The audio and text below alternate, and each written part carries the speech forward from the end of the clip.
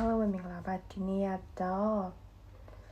ကျမရဲ့ခံမှာပေါ့နော်ပုံမဆိုညစာမစားဘူးဒီနေ့ကကြတော့ salmon ချက်ပေးတယ်ဆိုတော့အဲ့ဒါ salmon မဲဝိတ်မတက်ဘူးဆိုတော့ညစာလေးကို salmon စားမှာဖြစ်ပါတယ်ပညာဒီလေးညှစ်လိုက်ပါမယ်ဒါတော့ဘာလို့ salmon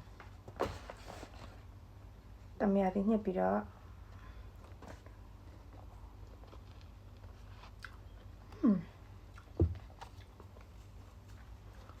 ကောင်းလားဒီနမ်းကျင်နေနဲ့စားမယ်နမ်းကျင်လေးကိုဒီမှာထည့်လိုက်မယ်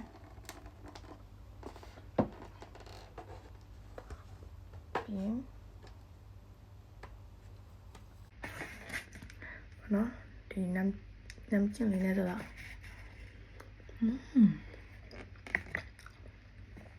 ရတာစိတ်နာပဲတော့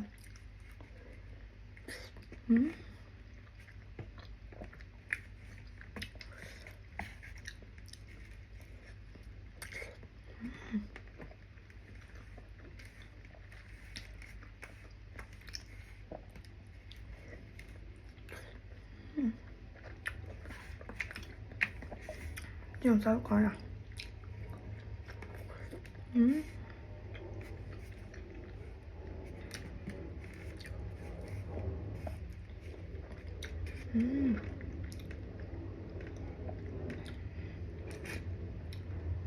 စားလို့ရမ်းကောင်းတော့ဒီမှာတိတ်နှစ်သုံးယူခဲ့ပါတယ်အတုံးယူခဲ့တာ